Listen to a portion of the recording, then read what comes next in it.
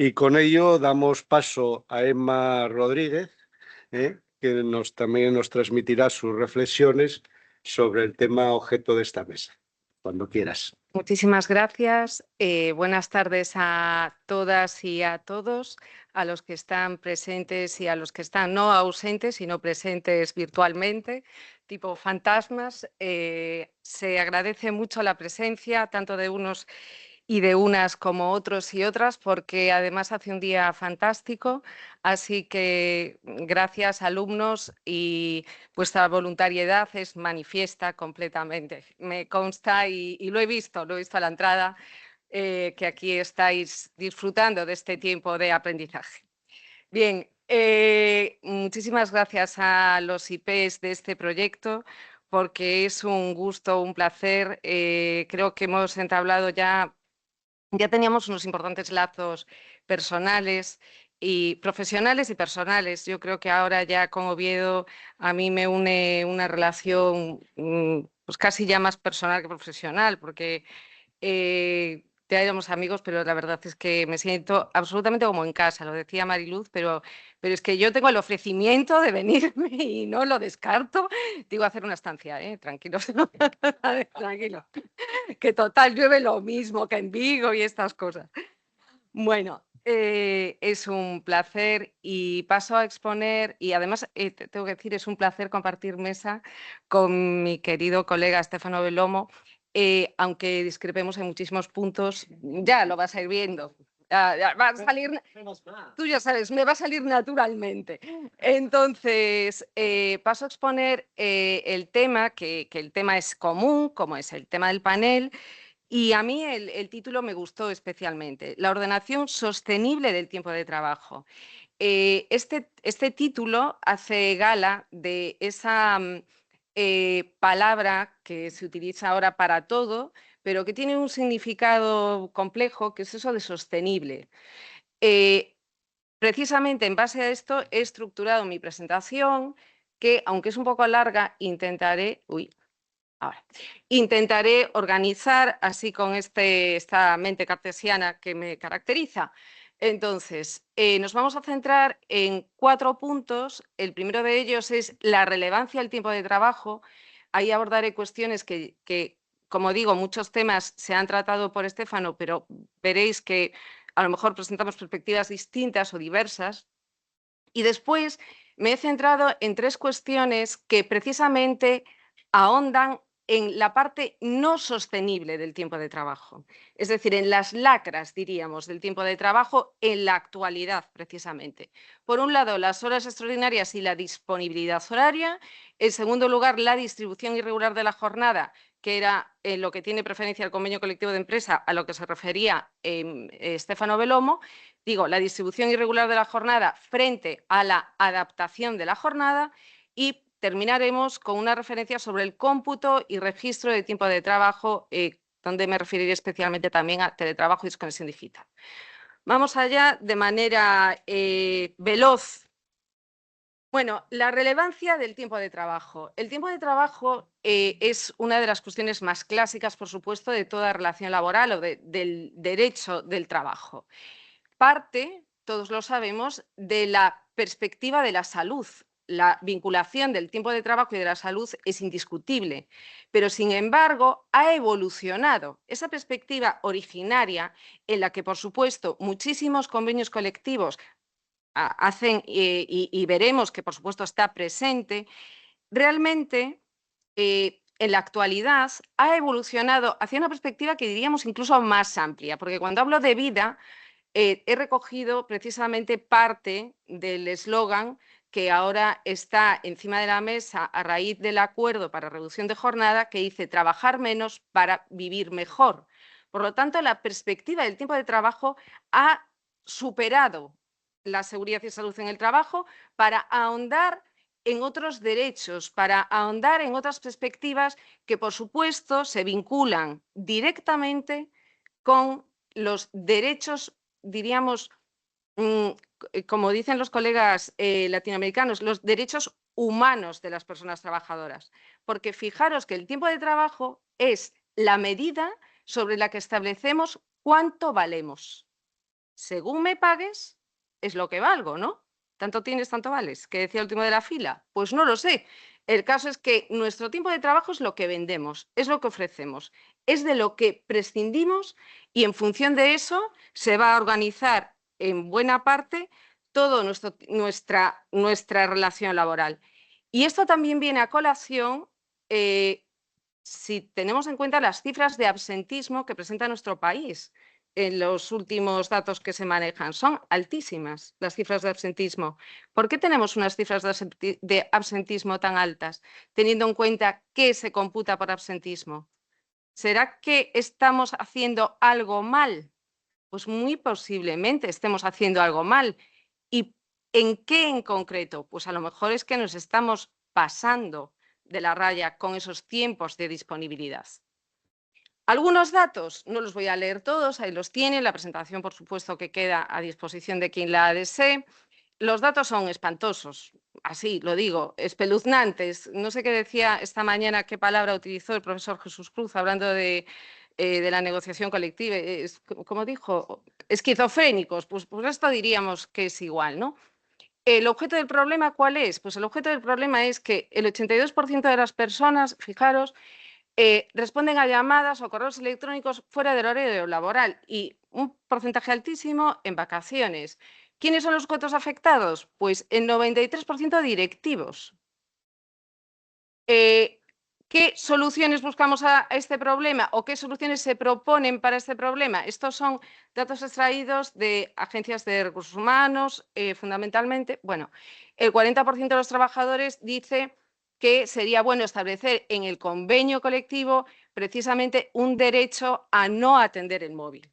Bueno, esto nos suena bastante a lo que está encima de la mesa, a esa propuesta aprobada por o concertada entre el Ministerio de Trabajo y los sindicatos más representativos.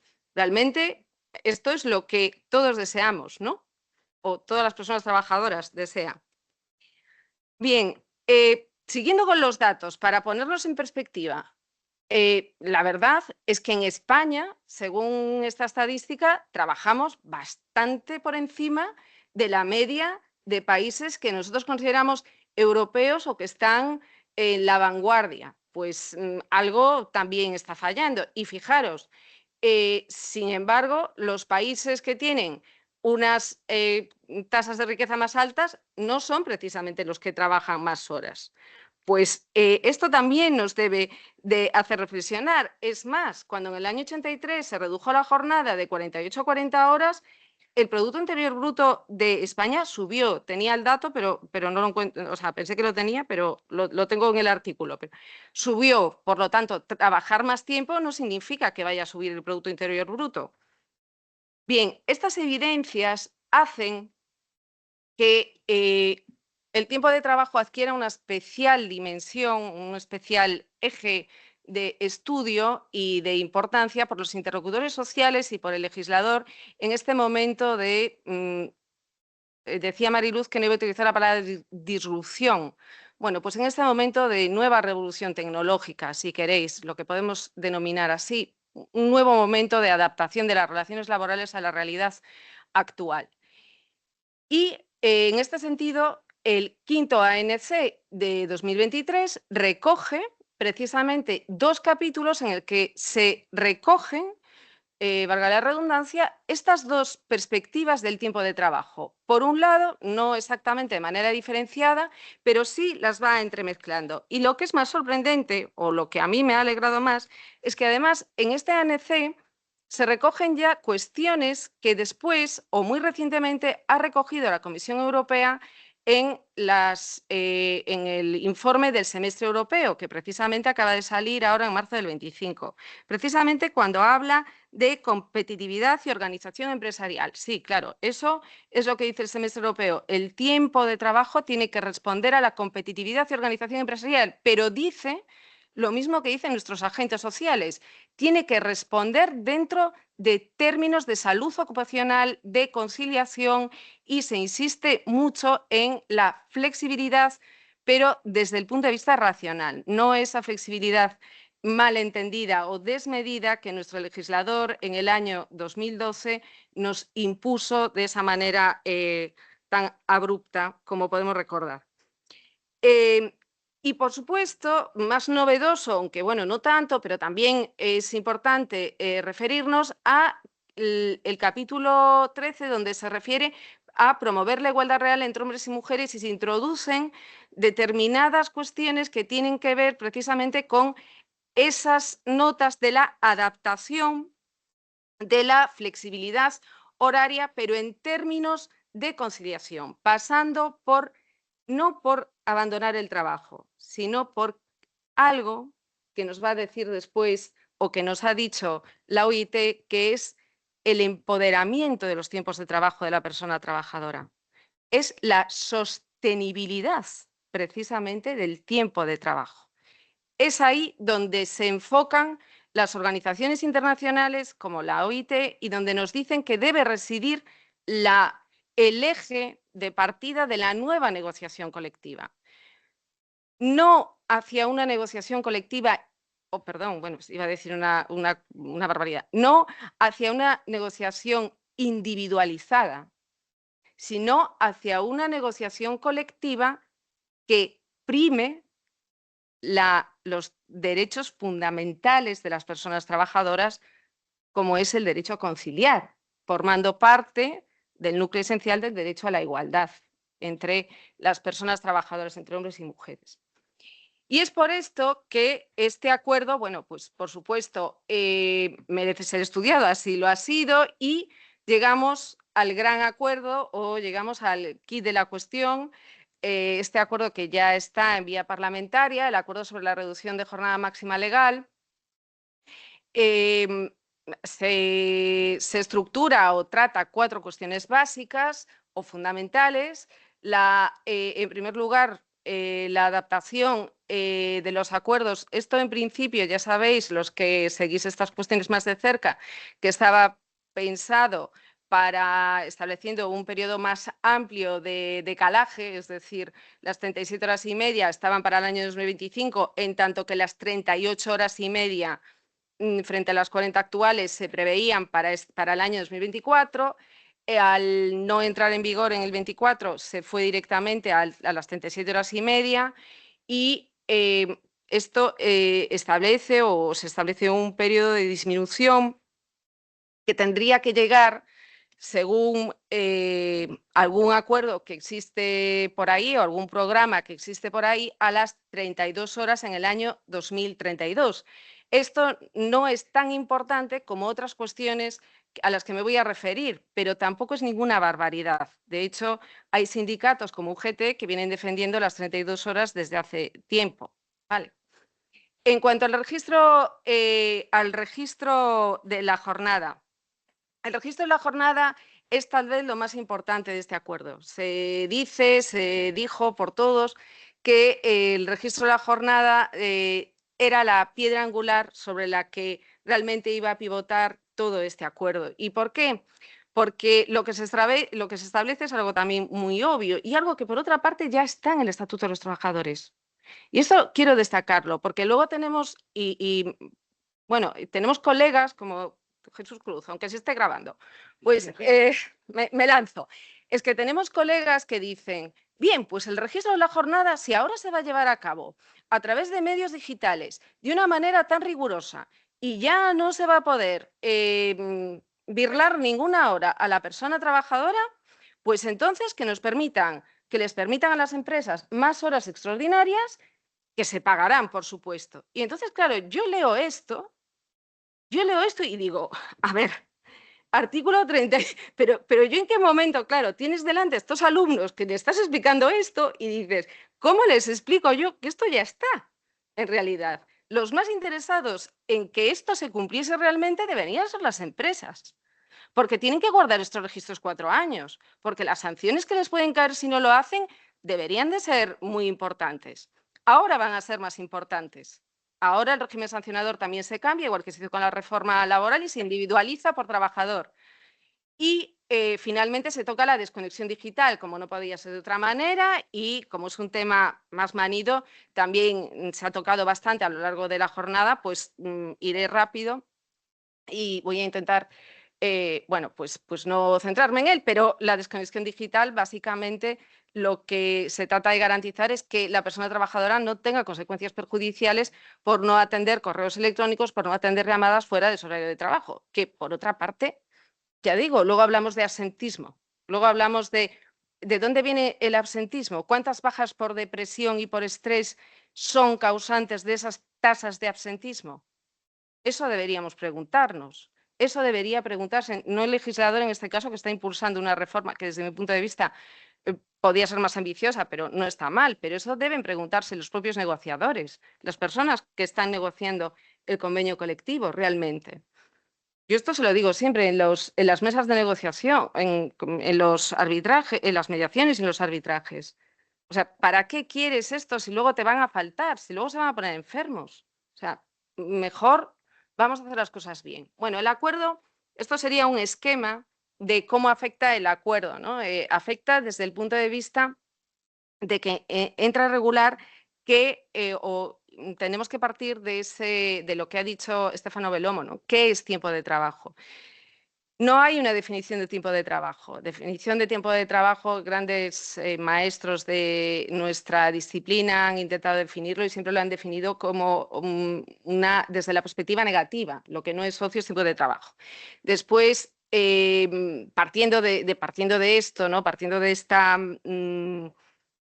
esta realidad o este concepto jurídico, tenemos que tener en cuenta que este acuerdo de reducción de jornada no va a afectar a trabajadores que sean funcionarios, los que tengan jornadas especiales que tendrán que ir por las normas de jornadas especiales, que por otra parte están ahí desde el año 75 y no pasa nada. Quiero decir, ahora nos rasgamos las vestiduras pensando, ay, pero ¿cómo vamos a hacer que trabaje 37 horas y media no sé qué sector? No, es que a lo mejor es una jornada especial, entonces vayamos al reglamento, lo adaptamos, pero si esto se ha hecho en el 83, es que nos estamos haciendo un poco, no sé, un poco esquizofrénicos, ¿no?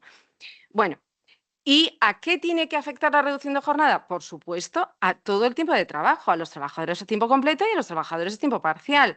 ¿En qué medida o de qué forma? Vamos a ver, tenemos el artículo 34.1, la regulación básica del Estatuto de los Trabajadores. Tenemos que tener muy presente en este término la transposición de la Directiva de Condiciones Previsibles y Transparentes de Trabajo. Y lo tenemos que tener muy presente porque en ningún caso podemos perder de vista a lo que se refiere en cuanto a la previsibilidad. Por eso el trabajo a llamada previsibilidad y el patrón de tiempo de trabajo. De hecho, hay muchas sentencias también de la Unión Europea en este sentido, que después me referiré a alguna, y tenemos la afectación al trabajo a tiempo parcial. Aquí el ANC precisamente va a tener, el ANC y la negociación colectiva tiene un importante papel que jugar, pero también tenemos que tener en cuenta que esto, en la medida que afecte a la reducción o a la novación del contrato, pues habrá que realizar las pertinentes novaciones del contrato. Si tenemos un trabajador a tiempo parcial, que con la reducción de jornada se convierte en un trabajador a tiempo completo, habrá que hacer una novación de contrato porque las horas complementarias ahora no son posibles, tenemos un trabajador a tiempo completo. Bien, no resulta más complejo, desde luego, que otras cuestiones que tenemos en nuestro ordenamiento. Esta diapositiva se me resiste continuamente, pero me sé de memoria lo que dice. Lo que dice, básicamente, que es muy bonito, es que en el informe de la Comisión de Expertos de la OIT de marzo de 2025 a España nos han tirado de las orejas precisamente en torno a las horas extraordinarias y en cuanto al abuso de las horas extraordinarias. Y lo han hecho fundamentalmente diciéndonos que tenemos unas importantes deficiencias en la regulación del propio Estatuto de los Trabajadores y, por supuesto, esto es extensivo y extensible a la negociación colectiva. ¿Y a qué me refiero en concreto? Bueno, pues el artículo 35.3 recoge las posibilidades para superar la jornada máxima legal prevista. Y entre esas jornadas máximas legal previstas nos encontramos con las horas extraordinarias voluntarias, con los problemas consiguientes de las horas complementarias y las horas complementarias y el trabajo a tiempo parcial. Cuando se introduce en nuestro ordenamiento jurídico, a través de la reforma del año 2012, la reducción, el trabajo a tiempo parcial, pero se introducen las horas complementarias, de repente explicar esto a los alumnos se convierte en misión imposible, porque verdaderamente hasta qué punto, y además sabemos que con una regulación verdaderamente deficiente, tenemos esta, no sé, bicefalia o esta contradicción en sus propios términos. Y la realización obligatoria de las horas extraordinarias previamente pactadas por convenio colectivo. Y aquí, además, dejadme que os diga que la negociación colectiva tiene que poner especial atención, porque yo me he encontrado con convenios colectivos que establecen unos cómputos de horas extraordinarias o de horas obligatorias como horas extraordinarias que no regulan como horas extraordinarias. ¿Por qué? Porque no las retribuyen como horas extraordinarias, no las computan como horas extraordinarias y simplemente son tiempo de disponibilidad, tiempo, pero luego me referiré más en concreto a ello, pero son muchos los convenios colectivos que he encontrado con estas referencias y no son bolsas de horas, ¿eh? Es una figura específica absolutamente ilegal, porque es que no sé cómo ya denominarla. Bien, y además nos dice la OIT, aparte de llamarnos la atención sobre estas cuestiones, nos dice como cuestión, digamos, básica y fundamental, nos dicen, señores, es que el convenio 1 de la OIT dice que deberá ser como mínimo la retribución un 125 por encima de la hora ordinaria. Y ustedes no tienen esto, pero ni por asomo. Y más allá de esto, bueno, luego además hace el estudio es muy interesante, el informe de la Comisión de Expertos, porque habla de la necesidad de, habla de cómo el ordenamiento jurídico español, con la compensación de horas y la limitación y esos juegos que hace de la posibilidad de compensar las horas extraordinarias en un determinado tiempo y poner el marcador a cero, lo que está haciendo es saltarse una y otra vez los límites que establecen los convenios de la OIT. Esto también lo digo y con el riesgo de ser a lo mejor muy atrevida, pero ya que ahora estamos poniendo encima de la mesa ante los tribunales la aplicación directa de determinados convenios de la OIT que hace muchos años también se pusieron encima de la mesa para su aplicación directa y no se les hizo ni caso y ahora parece que sí, 58 por ejemplo, no sé por qué no, no sé. Bien, en cuanto a las jornadas especiales, se hace, en cuanto a las jornadas especiales, es un verdadero estudio lo que hacen de cómo nos saltamos los límites, en tanto que hay muchas que no contienen ni límites a las horas extraordinarias ni límites de jornada máxima legal, ¿no? Y se refieren fundamentalmente a los representantes de comercio y a los trabajadores de alta dirección. En realidad, en el año 2024, según la Seguridad Social, tenemos 6,4 millones de horas extraordinarias a la semana y el 39% no están retribuidas. Verdaderamente, España en esto es bastante incumplidora, diríamos. Voy más rápido y más al grano. La distribución irregular de la jornada frente a la adaptación horaria. Bien, la distribución irregular de la jornada regulada en el artículo 34, a la que ha hecho referencia mi colega, es verdaderamente una institución que es anticonciliación, anticorresponsabilidad y con su regulación precisamente en la reforma laboral del año 2012, estableciendo o dando todavía más poder de dirección, más poder organizativo al empresario, precisamente aumentando esa disponibilidad del 5% al 10%, supuso una de las críticas más importantes en lo que se refería a la ordenación del tipo de trabajo y sus límites y, en fin, todo lo que tenía que ver con ese impacto en la igualdad entre hombres y mujeres. Parece ser que la patronal no consideró oportuno o estuvo a punto de firmar este acuerdo, siempre que con la condición, el acuerdo de reducción de jornada, ponían una condición al final de todo. No lo sé, como no lo sé de buena tinta ni ya estoy en las negociaciones, lo puedo decir, porque a lo mejor me equivoco y ya está, pero parece ser que querían un 20%. Un 20% de distribución irregular de la jornada. Si me subes al 20%, firmo el acuerdo de reducción de jornada. Claro, fíjense ustedes la importancia que tiene la distribución irregular de la jornada. Por lo tanto, esto también refleja la importancia de esta figura en el sentido poco sostenible, diríamos.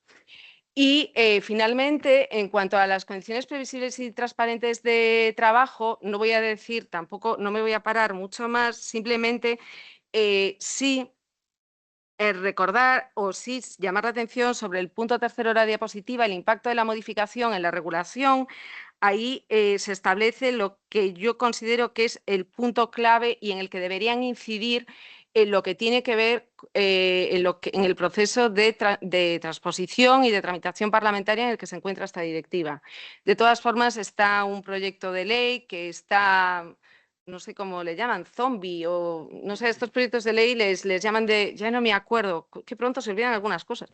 Bueno, tienen un nombre en la terminología parlamentaria que viene, es muy, vamos, ejemplifica perfectamente. Como el salario mínimo. Sí, pues algo así. Ahí está. Y por otra parte, grandes expertos en esta materia también han dicho que mejor que siga zombie, que no está muy allá. Ya no lo digo yo, lo dicen grandes expertos. En fin, otra cuestión que no me resisto a comentar por motivos obvios es que el artículo 34.8, lo voy a decir rapidísimamente, de nuestro Estatuto de los Trabajadores cambió hace relativamente poco con la transposición, el 23, con la transposición de la directiva 1158, que muchísimas cosas es deficiente, mala, terrible. Ayer lo hablamos por la noche, no voy a ser yo quien diga que es excelente porque no es esa la cuestión, pero sí introdujo cuestiones importantes que tenemos que tener en cuenta en relación con ese trabajo sostenible al que pretendemos aspirar.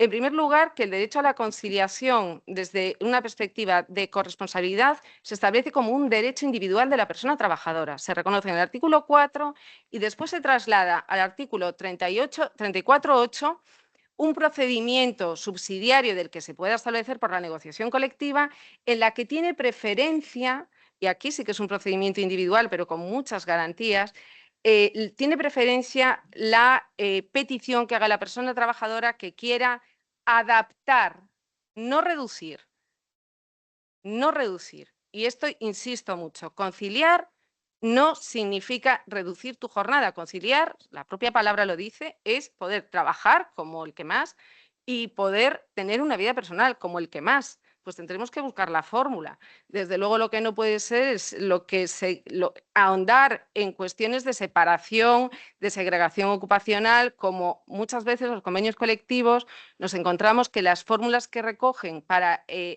ejercicio de la conciliación es reducción de jornada o trabajo a tiempo parcial. Es que eso no es conciliación, es que eso es privar a una persona de sus derechos, ni más ni menos. ¿Cuál es la voluntariedad? Bueno, la importancia del artículo 34.8 ha sido sostenida desde el principio por algunos tribunales y, en todo caso, fijaros, los datos de la Seguridad Social del 23 nos dicen que las excedencias, es decir, irte de tu trabajo, fijaros, mujeres 46.000, hombres 8.000. O sea, la diferencia es brutal. Y sin embargo, cuando hablamos de prestaciones por cuidado de menor, es decir, los permisos igualitarios, hablamos de 220.000 y 246.000. La diferencia está muy equilibrada. Y esto ha sido gracias a la reforma del 19 del equilibrio del permiso entre hombres y mujeres y todo lo que supuso en la igualación de derechos. El cómputo y el registro de la jornada. Vamos a ver, aquí tenemos un problema básico. El incremento del pluriempleo. El incremento del pluriempleo es importantísimo en los últimos años. Fijaros, el incremento desde el año 2019 se sitúa en torno al 35,8%. El pluriempleo presenta una de las, me sale la palabra en gallego, una de las fendas, una de las gaps, una de las grietas más grandes que tiene la ordenación del trabajo sostenible en nuestro contexto de relaciones laborales. ¿Por qué lo digo? Porque ya la sentencia que tenéis ahí referenciada del año 21 del Tribunal de Justicia de la Unión Europea nos dijo, uy, cuidado, el pluriempleo solo no se puede limitar, realmente usted solo puede medir el límite de jornada en relación con el mismo empleador. Por lo tanto, ahí me las den todas. Bueno, yo creo que tenemos que buscar una fórmula, que por supuesto las hay y muchas, para establecer una regulación que sin incidir o sin vulnerar ese derecho al trabajo y respetando el derecho a la libertad en el trabajo y respetando lo que nos dicen las normas europeas en este sentido y también nuestra regulación interna, sí limite de alguna manera este pluriempleo. Que por otra parte, y esto se lo he leído al profesor Cruz, tendríamos también que pensar, la gente por qué se pluriemplea, en España además. Pues porque el salario no les llega. Entonces, a ver, también podemos ir un poquito a la base. Es decir, si yo tengo un trabajo del que puedo vivir, pues a lo mejor no tengo que buscarme otro para intentar seguir sobreviviendo. En fin.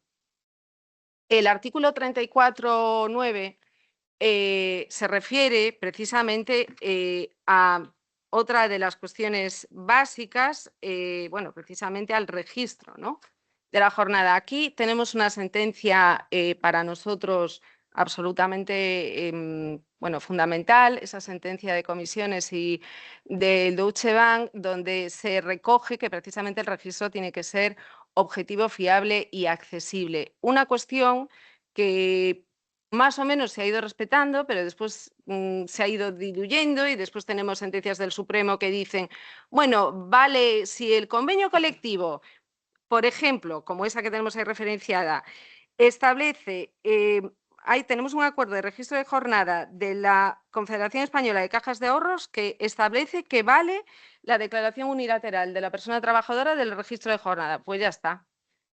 Pues vale, si lo dice la... Bueno, es que seamos un poco consecuentes, un poco serios, pero esto es así. Esto es así. Entonces, llama poderosamente la atención este tipo de permisividad y, por supuesto, parece que hace bastante necesario incidir en un registro de la jornada objetivo, fiable y que pueda ser consultado por la representación legal de los trabajadores y por los propios trabajadores en el momento efectivo y real.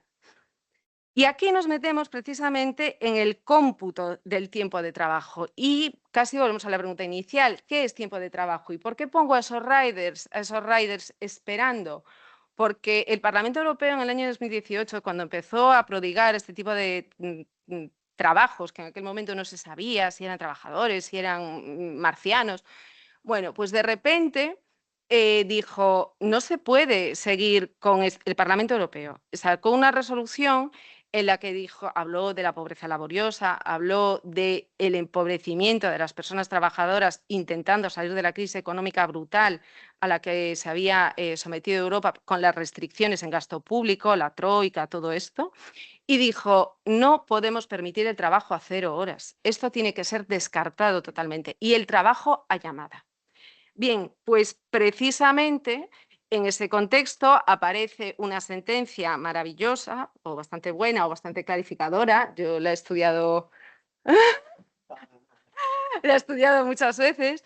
Es la sentencia Magdac, que precisamente es una sentencia que, a través de la consideración de un trabajador bombero voluntario, fijaros, lo digo sobre todo para los alumnos, bombero voluntario, bueno, pues como tenía que estar a disposición, incorporarse al puesto en el momento que sonase la alarma con menos de 7 minutos, se le considera que es una persona trabajadora y se considera precisamente por su falta de disponibilidad horaria propia, sino que tiene que estar a disposición de la persona, de la empresa, y por lo tanto considera eso un dato básico para incidir en su cuestión, tanto de persona trabajadora como en la cuestión de la disponibilidad horaria. Para mí fue una sentencia muy importante en su momento, muy clarificadora, la verdad.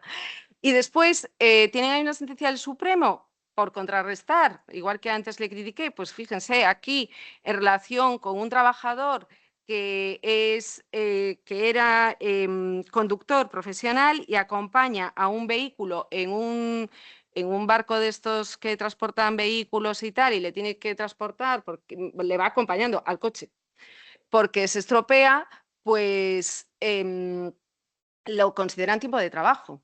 Un acompañamiento que en realidad es, bueno, pero como no tiene disponibilidad, claro, está en el buque, pues finalmente y ya termino, la desconexión digital. La desconexión digital, tenemos que tener mucho cuidado, desde mi punto de vista. Verdaderamente deberíamos reflexionar, y la negociación colectiva tiene que tener una especial precaución, porque es una vía indirecta de trabajo a llamada. Realmente la desconexión digital es la otra cara, claro, del trabajo digital o del trabajo a distancia, pero tenemos que regularlo bien, regularlo de manera completa. Y es verdad, la negociación colectiva está sobrepasada. Yo entiendo que la legislación se lo reenvía a la negociación y le dice que además tienen que regular los desgastes económicos que suponga el tema de trabajar en casa, en fin. Entiendo que los negociadores estén agotados y me hago cargo, pero solo regulando la negociación, solo entrando en una regulación eficiente y efectiva, podremos evitar los riesgos que conlleva, más allá de términos, ya digo, tan manidos como el de la desconexión digital, ¿no? Que todos más o menos podemos saber lo que significa, pero pocos la practicamos. En fin, tengo unas diapositivas densísimas para terminar, y como son tan densas, no las voy a pasar muy rápidamente. Simplemente añadir que en los convenios colectivos nos encontramos con una diversidad. Todos los convenios colectivos hablan de tiempo de trabajo. Muchos convenios colectivos reproducen cláusulas, seguramente, de las ordenanzas laborales. Otros convenios colectivos de sectores feminizados contemplan cuestiones que me han dejado maravillada. Por ejemplo, se considera tiempo de trabajo el de la enfermera de una unidad de montaña desde que sale de su casa hasta que regresa, todo el tiempo de los pueblos. No, ya entiendo que, cómo no, pero luego, claro, a la vez te encuentras con que el descanso para el bocadillo no es tipo de trabajo, con que las horas extraordinarias obligatorias, con que no se retribuye no sé qué tiempo, con que no será tiempo de trabajo el tiempo de disponibilidad porque depende de... Entonces, es una materia absolutamente puntillosa y creo que los negociadores y sobre todo las empresas deberían de perder el miedo, sinceramente, a esta regulación efectiva, sostenible, del tiempo de trabajo. Se encontrarían seguramente con menos bajas, se encontrarían con personas, como le gusta decir a la ministra, que no es que sea a mí, pero más felices, y eso al final repercute en un trabajo bastante mejor. Y, en fin, la jornada adicional y la disponibilidad telefónica son cuestiones que aparecen en muchísimos convenios colectivos. Yo creo que la negociación colectiva está llamada, y lo siento, a ser el